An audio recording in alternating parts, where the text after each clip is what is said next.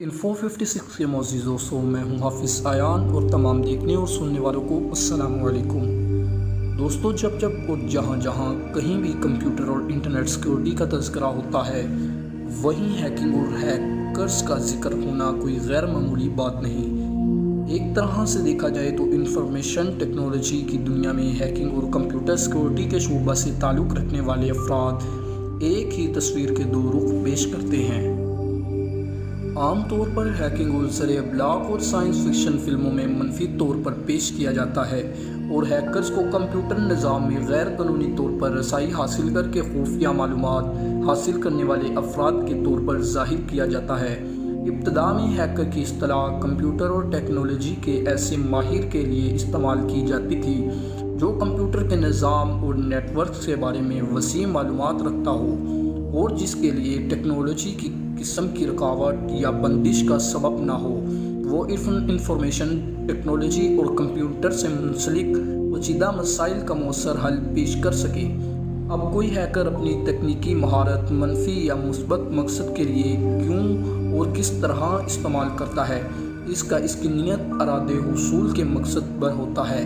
इन्हीं की बुनियाद पर हैकर्स को मुख्तलिफ इक़साम में इम्तियाज़ किया जाता है। मसलन के तौर पर वो अफराद जो अपनी तकनीकी सलाहियतें किसी गैर कानूनी काम या किसी नुकसान पहुँचाने के इरादे से किसी कंप्यूटर निज़ाम या नेटवर्क की कमज़ोरी तलाश करके इस तरह नाजायज़ तौर से रसाई हासिल करते हैं। इन्हें क्रैकर्स या ब्लैक हैट हैकर्स कहा जाता है। बरतानवी शहरी गैरी मैकलन, जिन पर अमेरिकी फ़ौज के कंप्यूटर सिस्टम को हैक करने का इल्ज़ाम है।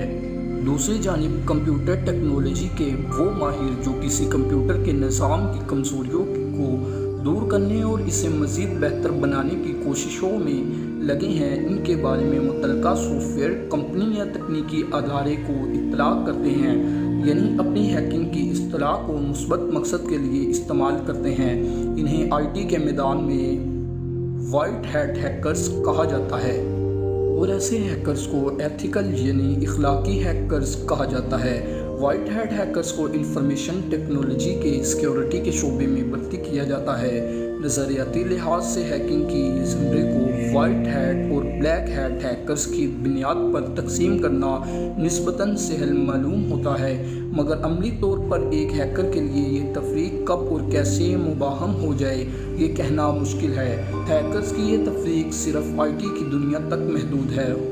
अमूमन हैकर्स के इन दो दर्जों में इम्तियाज़ करने वाले खुसूसियात को नज़रअंदाज करके हैकिंग की इस्तिलाह से मनफी मफ़हूम अख़ज़ किए जाते हैं।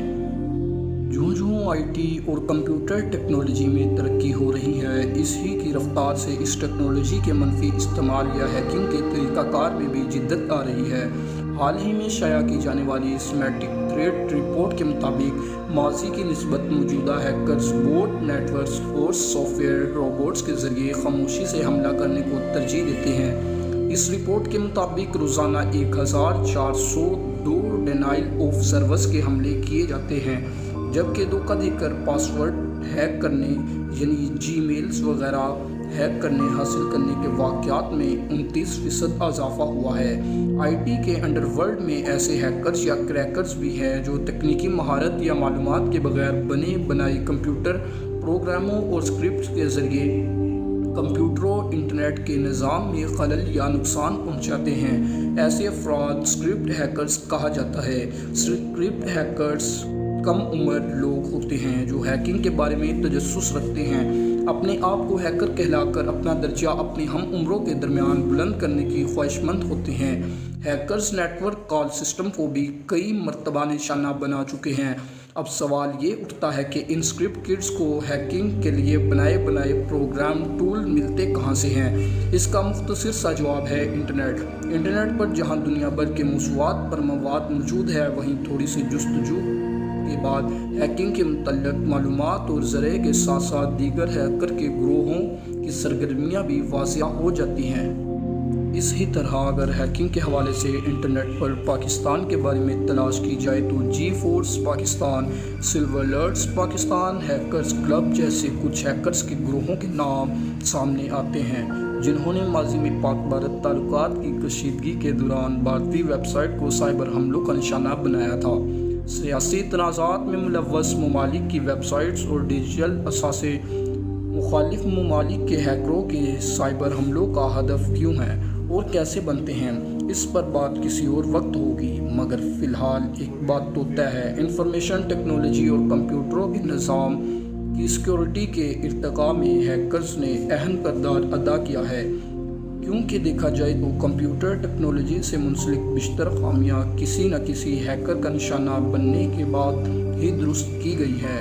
دوستوں، مگر کیا اس کا مطلب یہ ہے کہ ہیکرز کی عدم موجودگی میں آئی ٹی سیکیورٹی اور کمپیوٹر ٹیکنالوجی ترقی کی موجودی معلومات منظم طریقے سے سامنے آنے پر منزل تک نہیں پہنچ پاتے؟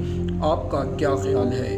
دوستو، اگر ویڈیو پسند آئی ہو تو ویڈیو کو لائک کر دینا اور اپنے دوستوں کے ساتھ شیئر کر دینا، اور جو چینل پہ نیو ہے اس طرح کی انفارمیٹیو ویڈیو کے لیے چینل کو سبسکرائب کر دینا۔ پاکستان زندہ باد، پاک فوج پائندہ باد۔